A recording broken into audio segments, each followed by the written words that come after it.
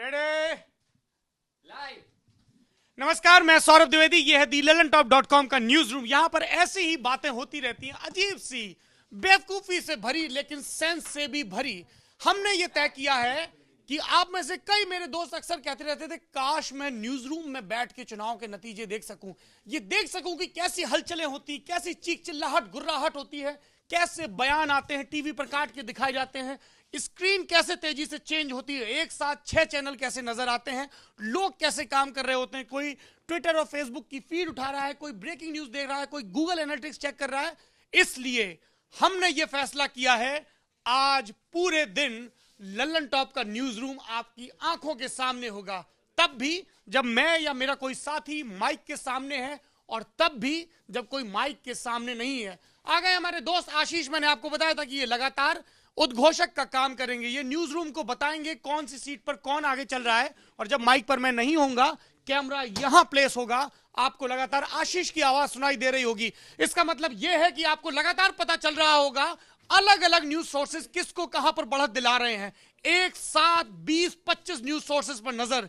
आपको बार बार टीवी का चैनल नहीं बदलना पड़ेगा, आपको बार बार अपनी ट्विटर फीड पे नहीं जाना पड़ेगा, आपको बार बार अपनी फेसबुक लाइन की दूसरी चीजें फेसबुक टाइमलाइन की चेक नहीं करनी पड़ेगी, क्योंकि आशीष एक साथ हमारे न्यूज रूम के लिए भी और आपके लिए भी ये काम चेक कर रहे होंगे। आशीष, आप तैयार हैं? बिल्कुल। किस तरह के ट्वीट आ रहे हैं अभी तो लड्डू बन रहे हैं, मंदिरों में भगवान का काम बढ़ गया है, लोग अपनी माओ का आशीर्वाद ले रहे हैं, छोटे मोटे बयान आने शुरू हो गए हैं। किस तरह के बयान आ रहे हैं? सपा के प्रत्याशी रविदास मेहरोत्रा ने कहा है कि कांग्रेस के गठबंधन से उन्हें नुकसान हुआ है।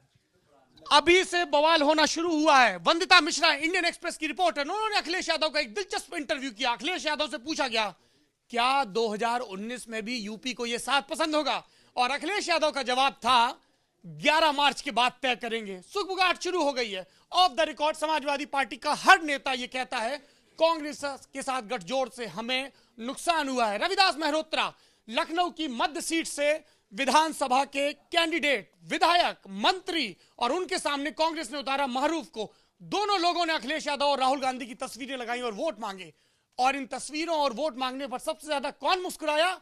बीजेपी के नेता ब्रजेश पाठक, उन्नाव के ब्रजेश पाठक, राज्यसभा के सांसद रहे हाथी पर सवार होकर, वो ब्रजेश पाठक जिनको लखनऊ मध्य से टिकट दिया गया। उनको लग रहा था इस सीट पर माइनॉरिटी वोट काफी है, मोदी लहर के बावजूद कहीं वो चुनाव ना हार जाएं।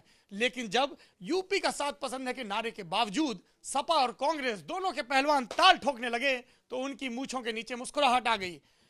हमारे साथ हैं रजत। आपने हमेशा इनको कैमरे के पीछे, आपने नाम सुना है, कैमरे के पीछे रजत सेन। फिलहाल कैमरे के पीछे हैं अमितेश।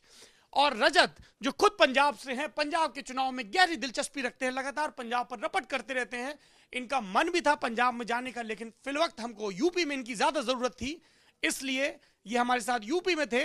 ये नजर रखेंगे पंजाब के नतीजों पर, क्या है मायने, कौन सी वहां पे कॉन्स्टिट्यूएंसीज है जिन पर कांटे की लड़ाई हो रही है, किसकी जीत और किसकी हार से पंजाब के सियासी मुकद्दर में क्या तब्दीलियां आएंगी। क्या हुआ? क्या किसका पैरोडी अकाउंट है? शाहरुख खान का। मुझे लगा कि कोई नहीं, वो शाहरुख खान का पैरोडी अकाउंट है, डोंट वरी। मुझे भी एक शाहरुख खान का पैरोडी अकाउंट है, वो मुझे फॉलो करता है, इंटरेक्शन भी करता है कभी कभी ट्विटर पे। तो मेरे कुछ दोस्त बोले, वाओ तुमको शाहरुख फॉलो करता है? मैंने कहा है। बोले नहीं, अभी उसने ट्वीट किया कि आई वॉच लल्लन टॉप, और मैं चाहता हूं कि लल्लन टॉप कर्नाटका में भी आए। कुछ दोस्त बहुत ऐसे आपकी तरह खुश हो गए थे, लेकिन वो पैरोडी अकाउंट है। एक दिन शाहरुख खान भी फॉलो करेंगे, अगर आप हमारे साथ इसी तरह से बने रहे और लगातार हमें जनादेश देते रहे। कुलदीप के बाद बारी गजेंद्र सिंह भाटी की, जो कैमरे के पीछे सामने आना पसंद नहीं करते हैं, ज्यादा बात नहीं करेंगे। विशाल आपको बताएंगे गोवा और मणिपुर का क्या हाल है।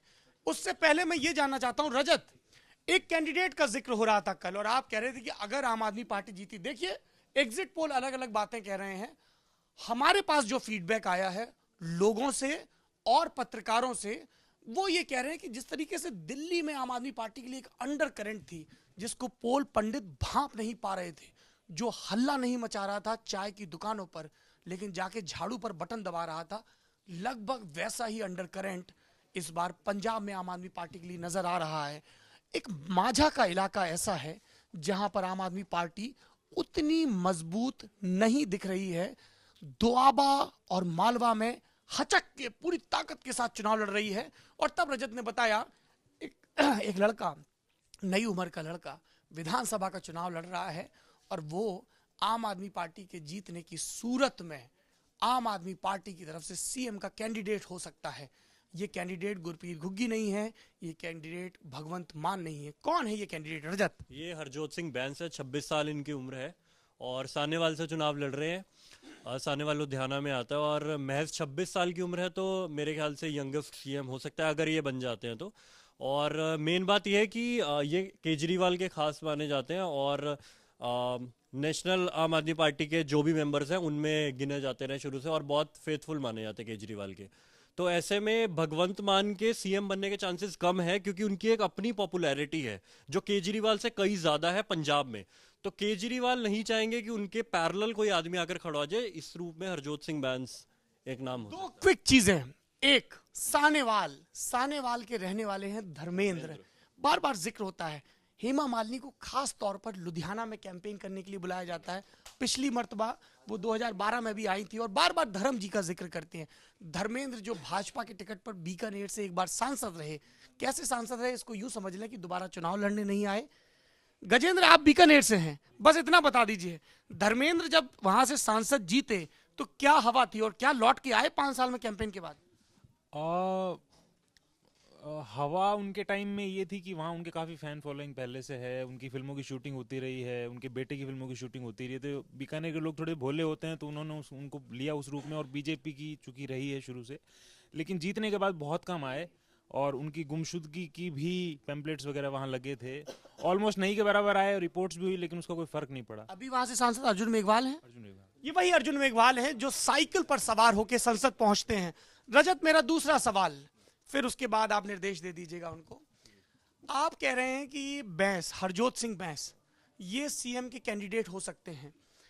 आम आदमी पार्टी ने यह भी ऐलान किया है कि अगर वो चुनाव जीतते हैं, सरकार बनाते हैं, तो डेप्यूटी सीएम कोई दलित फेस होगा। कोई नाम जो आपके जहन में आ रहा हो? कोई नाम आगे नहीं है ये। हाँ, चुनाव में क्योंकि दलित परसेंटेज बहुत ज्यादा है पंजाब में, उसको प्रोवोक करने का एक तरीका था क्योंकि अभी तक उनको कोई फेस ऐसा मिला नहीं है। तो कोई पार्टी में से कोई एक लीडर निकाल लेंगे, कोई एमएलए निकाल लेंगे बीच में से जो दलित होगा। अभी तक कोई नाम आगे है नहीं ऐसा। 28% दलित वोट है पंजाब में, 33%, 32 पॉइंट कुछ है, 32 पॉइंट कुछ है, लेकिन वो भी 3 कैटेगरीज में बटा हुआ है। सबसे ज्यादा परसेंटेज जो है, जिनको उत्तर प्रदेश में जाटो बोलते हैं, उनको पंजाब में रविदासी सिख बोलते हैं। संत रविदास जिनके ये अनुयायी हैं, इनके अलग से गुरुद्वारे भी बने हुए हैं जिनको रविदासी गुरुद्वारा बोलते हैं। और एक अहम डेरा, पंजाब की सियासत में डेरों की बहुत अहम भूमिका है। वहां से बाकायदा एक पॉलिटिकल फतवा जारी होता है। रविदासियों का सबसे बड़ा डेरा है डेरा सचखंड बल्ला। वहां से किसी के लिए फतवा जारी हुआ है किसी के फेवर में? फतवा नहीं जारी हुआ। इस बार 3 डेरा मेन माने जाते हैं पंजाब में। एक डेरा सचखंड बल्ला जो ये बता चुके हैं, एक डेरा सच्चा सौदा है और एक डेरा ब्यास है। डेरा सच्चा सौदा ने क्लियर कट इस बार इसको अकाली दल को सपोर्ट किया, पर इसका उनको मतलब नुकसान ही हुआ है। वो नुकसान इस वजह से हुआ क्योंकि पहले इन्होंने इनके खिलाफ फरमान जारी करे। हाँ, कांग्रेस का, इससे पहले के चुनाव में वो कांग्रेस के पक्ष में जारी करते रहे। नहीं, जैसे कि अभी इन्होंने हरियाणा में बीजेपी को सपोर्ट करा था, इसी चक्कर में इन्होंने बीजेपी का अलायंस है वहां पर, तो इनको सपोर्ट किया दोबारा से। पर दिक्कत यह है कि पहले इन्हीं के साथ लड़ाई थी और इसी के ऊपर कार्रवाई की गई थी डेरा सच्चा सौदा के ऊपर, और अब वो उन्हीं को सपोर्ट दे रहे हैं। और 3 अकाली लीडर जो थे वो डेरा सच्चा सौदा में हाजिरी भी लगा कर आए, जो कि एक नेगेटिव पॉइंट माना जा रहा है अकालियों के लिए। पंजाब की राजनीति में पंथक राजनीति, सिख संप्रदाय की राजनीति बहुत डिसाइडिंग फैक्टर होता है। अकाली दल का उभार सबसे पहले, आजादी के पहले 1920 के दौर में शुरू ही हुआ था इस आंदोलन से कि गुरुद्वारों पर जत्थेदारों के नाम पर जो पंडे बैठे हुए हैं, भ्रष्टाचार कर रहे हैं, उनको हटाया जाए। और उसके बाद ब्रिटिश सरकार को गुरुद्वारों में सुधार लाना पड़ा। उसी के बाद एसजीपीसी कमेटी गठित हुई, शिरोमणि गुरुद्वारा प्रबंधक कमेटी। इसके चुनाव होने लगे और वहां पर नए जत्थेदार आए।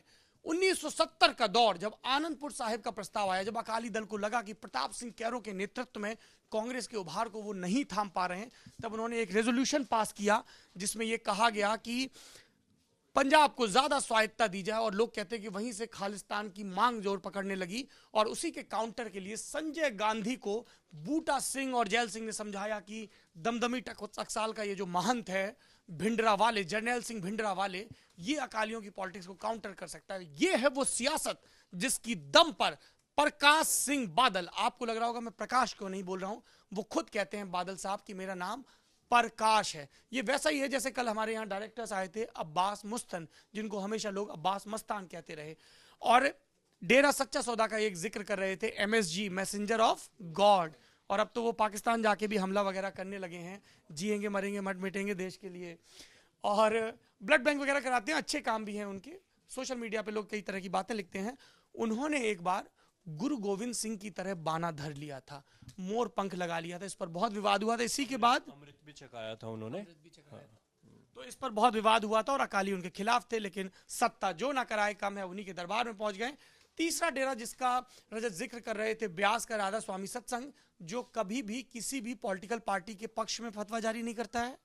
मेरे ख्याल से तो फतवा जारी, उनका फतवा वाला कोई है नहीं ना, सचखंड बला करता, मतलब ये डेरे जो भी है कोई फतवा जारी नहीं करता। सचखंड बल्ला में नेता खूब जाते हैं। हाँ हाँ, नेता खूब जाते थे, डेरा ब्यास में भी खूब गए, केजरीवाल गए, कैप्टन अमरिंदर गए, बादल गए, पर ये लोग ओपनली किसी को सपोर्ट नहीं करते। जबकि हालांकि कहना है कि इस बार तीनों डेरा जो थे, जैसे डेरा सच्चा सौदा सामने आ गया कि हम अकालियों को सपोर्ट कर रहे हैं, बाकी दो भी सपोर्ट में थे पर ओपनली नहीं आए। मतलब जैसे उनके सत्संग मीटिंग्स वगैरह में नहीं कहा गया कि किसी को वोट देना, जो कि इससे पहले भी नहीं कहा गया कभी। अच्छा, हम एक कट लेंगे ताकि इस वीडियो को हम वेबसाइट पे डाल सके, लेकिन कट से पहले मैं रजत आपसे ये जानना चाहता हूं, कल हम लोग डिस्कस कर रहे थे कि कौन सी कॉन्स्टिट्यूंसीज हैं जिन पर हमारी नजर रहेगी। आप उन कॉन्स्टिट्यूंसीज की लिस्ट बताइए और ये भी बताइए कि क्यों नजर रहेगी उन पर हमारी। हमारे पास प्रकाश सिंह बादल हैं जो लंबी से लड़ रहे हैं, सुखबीर सिंह बादल है जो जलालाबाद से लड़ रहे हैं। ये दोनों सीटें माझा में आती हैं। हाँ जी, माझा में यह भी मांझा की है। आदेश प्रताप सिंह कैरो है जो तरन तारन से लड़ रहे हैं। प्रताप सिंह कैरो के रिश्तेदार हैं। प्रताप सिंह कैरो पंजाब के सबसे ताकतवर।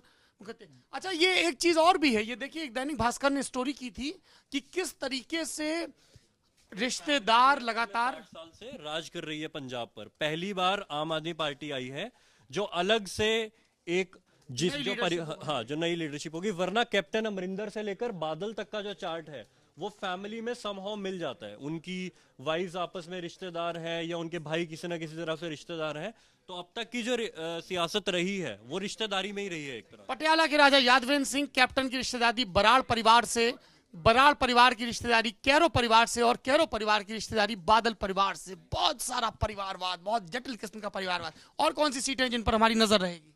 और हमारे पास है मदन मोहन मित्तल थे, इस बार उनको टिकट नहीं दिया गया। वो बीजेपी के वरिष्ठ नेता, बीजेपी के वरिष्ठ नेता थे, कहा गया कि 75 से एज ज्यादा हो गई इसलिए टिकट नहीं दी जा रही है। उनके बेटे को भी बेटे की रिक्वेस्ट की गई थी पर उसे भी टिकट नहीं दी गई है। परमिंदर सिंह ढींढसा है, वो सुनाम से लड़ रहे हैं। ये क्या है इनकी खासियत? ये भी पुराने नेता है, काफी पुराने नेता रहे, कैबिनेट मिनिस्टर रहे हम हैं। अकाली बीजेपी के कैंडिडेट्स की बात कर रहे हैं। और तोता सिंह रहे हैं, तोता सिंह भी पुराने मंत्री रहे हैं, एक टाइम पे शिक्षा मंत्री भी रहे। 73 साल के हैं, शिक्षा मंत्री रहे, काबीना मंत्री रहे, एक मुकदमे में नाम आया, इस्तीफा हुआ, उसके बाद फिर से मंत्री बने। सिकंदर सिंह मलूका है, ये भी बठिंडा से लड़ रहे हैं, ये भी कैबिनेट मिनिस्टर रहे हैं। बठिंडा वो सीट है जहां से सुखबीर बादल की पत्नी हरसिमरत कौर बादल, जो कि मोदी सरकार में मंत्री भी हैं, इसी भटिंडा से चुनाव जीत कर आती हैं। पिछली बार उनको बहुत तगड़ी टक्कर दी थी 2009 के चुनाव में। कैप्टन अमरिंदर के बेटे लड़े थे कि रवनीत बिट्टू? अमरिंदर के बेटे लड़े थे। विक्रम सिंह मजीठिया है, ऊपर चले जाएं हम अमृतसर वाली साइड, वो मजीठिया से, मतलब विक्रम सिंह मजीठिया इस बार मेन टारगेट रहे पंजाब इलेक्शंस में। केजरीवाल जब आते अपनी रैली से मजीठिया का नाम लेते, क्योंकि ड्रग्स रैकेट में उनका नाम आया होता, जगदीश सिंह भोला ने उनका नाम लिया था। कैप्टन अमरिंदर भी उनका नाम लेते रहे, जबकि कहना यह था कि मजीठिया कैप्टन अमरिंदर को चाचा चाचा कहते हैं, बट स्टिल उनके बीच में मजीठिया को लेकर एक बड़ा फैक्टर था जो दोनों ऑपोजिशन पार्टीज बादल फैमिली पे वार करती थी। ये बहुत अच्छा लगा सुनने में। हमें लगा कि ये बुआ बबुआ की बातें सिर्फ यूपी में होती, यहां पर भी चचा भतीजा है। विक्रमजीत सिंह मजीठिया अमृतसर रूरल का इलाका, जहां पर उनको चुनौती दे रहे हैं कांग्रेस की तरफ से लाली मजीठिया और आम आदमी पार्टी की तरफ से हिम्मत शेरगिल। हिम्मत शेरगिल जो आपको हिम्मत सिंह पहले खरड़ से लड़वा रहे थे उनको, पर उसके बाद उनको मजीठिया भेज दिया गया। मतलब कुछ सीटें ऐसी जहां पर हर तरफ से जाइंट किलर्स को भेजा गया, चौतरफा घेरा गया।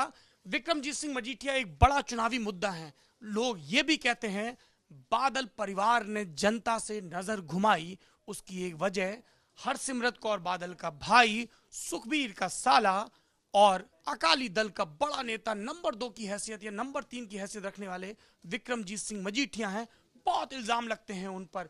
ड्रग किंग पिन भोला पकड़ा गया था और उसने बयान दिया था, बाद में जैसा कि पुलिस जांच में होता है सत्तारूढ़ पार्टी के लोगों का नाम आता है और गोलमोल कर दिया जाता है। हरतोष सिंह बल ने एक कमाल की स्टोरी की है, खोज कर पढ़िएगा। पंजाब चुनाव पर कैरावन में कवर स्टोरी हुई थी बादल परिवार पर, और तब उन्होंने विस्तार से तफ्तीश की थी।